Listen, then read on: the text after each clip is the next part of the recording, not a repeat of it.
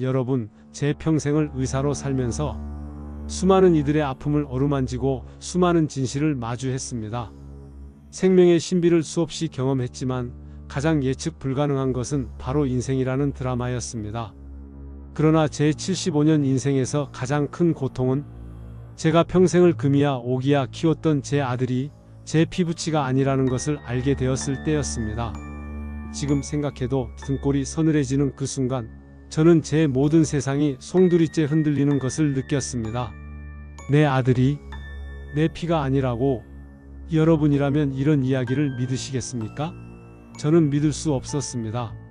하지만 그 한마디는 제 70년 삶의 모든 행복과 확신을 단번에 의심으로 바꿔버렸습니다.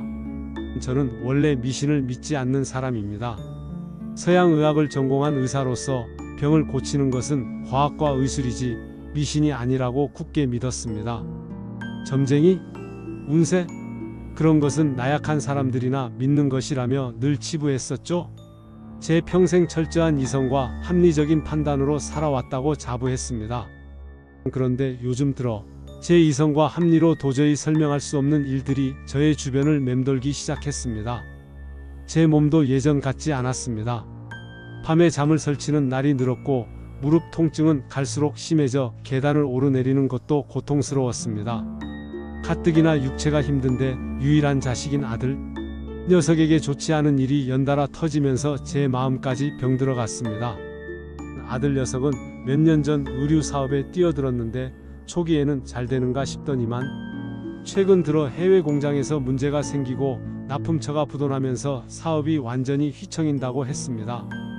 아들 얼굴은 하루가 다르게 수척해지고 매일 밤 전전긍긍하며 술잔만 기울이는 것을 보니 부모로서 제 마음이 찢어지는 것 같았습니다. 며느리와도 사이가 영 좋지 않은지 집안에 냉랭한 기운이 돌았죠. 옆에서 지켜보는 것밖에 할 수 없는 제 처지가 한심하고 답답했습니다. 자식 일은 부모 마음대로 안 된다더니 이 자식의 고통을 함께 나누고 싶어도 어찌할 방법이 없으니 제 마음이 그저 찢어지는 듯 아팠습니다. 평소 저는 무슨 일이든 이성적으로 해결해야 한다고 생각했습니다. 그래서 아들에게 여러 해결책을 제시하고 주변의 인맥을 동원해 도움을 주려 했지만 이미 상황이 너무 나빠져 쉽지 않았습니다. 병원 문을 닫고 은퇴한 뒤로는 매일매일 아들 걱정, 자식 걱정뿐이었습니다. 잘 나가던 의사 김철균이 아니라 그저 늙고 병든 한 아버지일 뿐이었습니다. 답답한 마음에 한숨만 쉬다 결국 불면증까지 찾아왔고 밤새도록 아들의 문제로 골머리를 앓았습니다. 남성 70대 중반. 그러다 어느 날 경로당에서 만난 오랜 친구 박 노인이 제게 귀띔을 해줬습니다. 박 노인도 한때는 저처럼 미신과는 거리가 멀었던 사람인데 최근 몇 년간 몸이 안 좋아 병원을 전전하다 결국 시골의 한 용하다는 점집에서 기운을 얻고 병을 털어냈다는 겁니다. 제가 힘들어하는 모습을 본 친구가 진심으로 걱정해주며 저에게도 그 점집에 가볼 것을 권했습니다. 야, 김 선생, 자식 문제로 그렇게 끙끙 앓는 거 내가 모를 줄 알아? 자네처럼 이성적인 사람이 왜 그래? 내가 말하는 그 집은 단순한 점집이 아니야. 사람 속을 꿰뚫어보고 기운을 좋게 해주는 곳이라고. 나도 자네처럼 비웃었지만 진짜 경험해보면 생각이 달라질걸. 혹시 알아? 자네 자식 문제의 근본적인 원인을 알려줄지. 저는 처음엔 박 노인에게 코웃음을 쳤습니다. 점이라니? 자네가 드디어 늙어서 주책을 부리는구먼. 병은 의사가 고치는 거지 점쟁이가 고치는 게 아니야. 라며 이런 지하에 거절했죠. 하지만 친구는 끈질겼습니다. 병이 아니라 마음의 병이라니까. 그리고 혹시 알아? 사람 사는 세상 일이라는 게 다 정답이 있는 건 아닐세. 어쩌면 자네가 모르는 뭔가 중요한 실마리를 찾을 수도 있어. 라며 거의 매일 같이 저를 설득했습니다.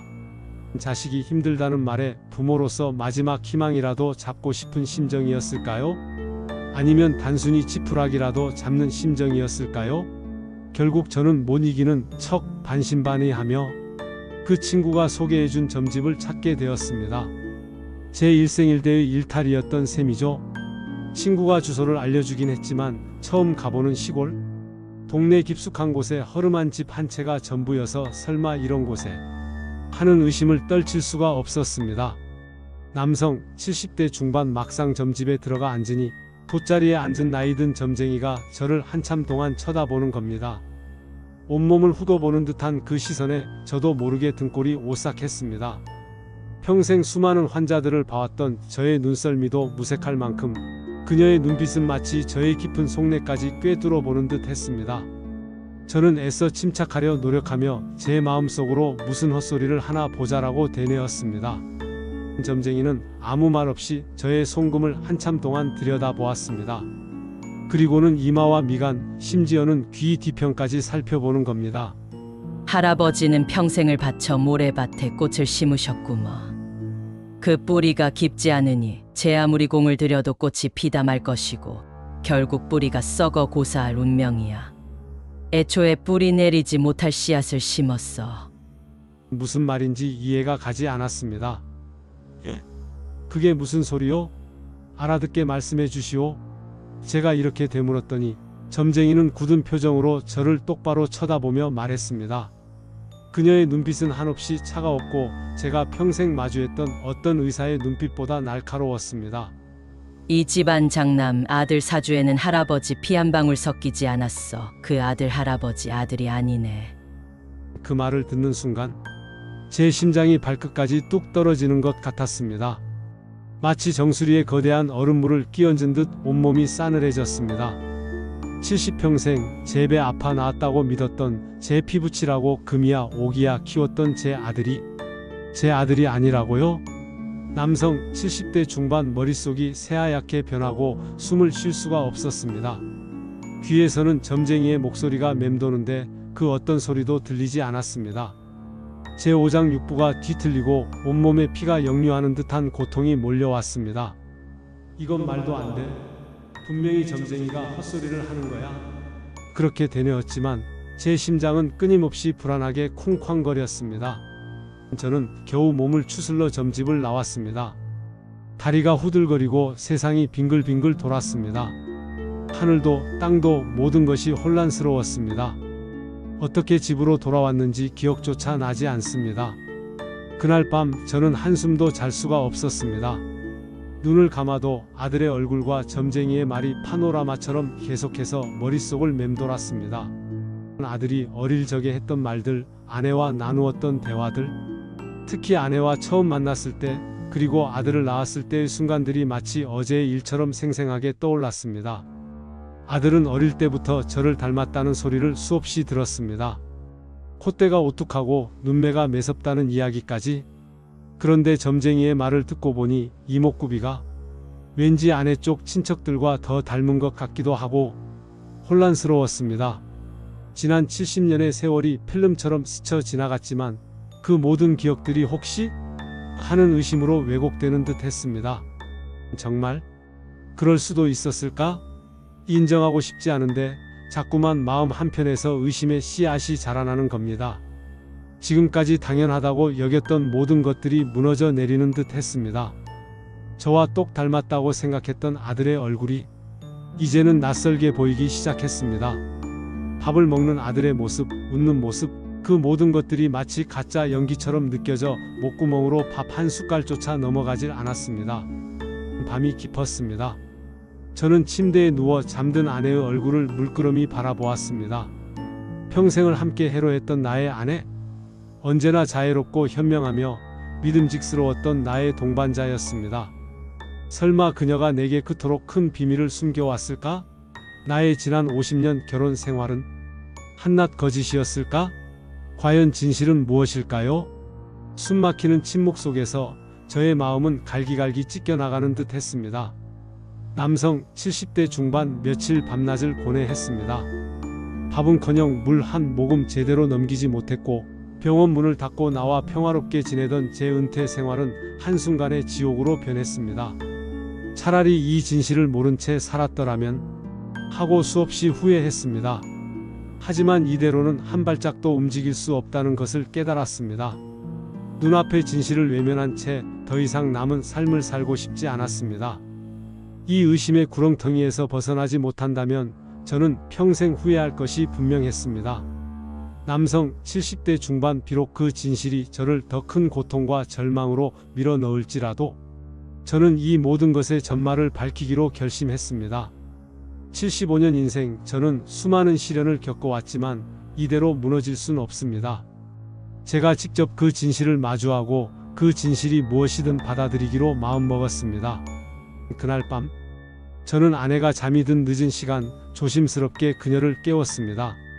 차분하게 호흡을 가다듬고 떨리는 목소리로 평생을 품고 있었을지도 모를 그녀의 비밀을 정면으로 물었습니다. 여보, 우리 아들 재현이 정말 내 아들이 맞아? 그 질문이 채 끝나기도 전에 잠결에서 깬 아내의 두 눈이 휘둥그레졌습니다. 그녀의 얼굴은 순간 피 한 방울 없는 창백한 종이장처럼 변했습니다. 아무 말 없이 그저 저를 쳐다보던 아내의 눈에서 굵은 눈물이 한 방울, 두 방울 흘러내렸습니다. 그리고 마치 누군가에게 들킬까 두려운 듯 간신히 떨리는 목소리로 속삭였습니다. 여보, 그 아이는 사실 아버님이... 아버님? 그 순간 제 세상은 산산조각 났습니다. 아버님이라니? 제가 생각했던 것과는 전혀 다른, 상상조차 할 수 없는 거대한 그림자가 제 인생을 뒤덮고 있었습니다. 숨이 막혀왔습니다. 겨우 목구멍에서 터져 나온 제 한마디는 말도 안 돼. 그 순간 저는 알았습니다. 제가 발을 들인 이 막장 드라마는 이제야 진짜 시작되었다는 것을. 여러분, 제 이야기가 좀 자극적이셨나요? 우리 인생은 정말 한치 앞을 알 수 없는 막장 드라마와도 같지 않습니까? 제가 닥쳐온 이 운명을 어떻게 헤쳐나가야 할까요? 상상조차 할 수 없는 거대한 진실 앞에 저는 그저 넋을 잃을 뿐입니다. 제 이야기에 혹시 공감하시거나 비슷한 경험이 있으시다면 댓글로 함께 나눠주시면 감사하겠습니다. 이 이야기가 계속 이어질지 아니면 또 다른 막장 드라마가 펼쳐질지는 여러분의 성원에 달렸습니다. 여러분의 응원과 관심이 제가 이 드라마의 다음 장을 써내려가는 힘이 될 것입니다. 남성 70대 중반 재미있으셨다면 구독과 좋아요도 잊지 마시고요. 그럼 다음에도 더 흥미로운 이야기로 찾아뵙겠습니다. 건강하세요.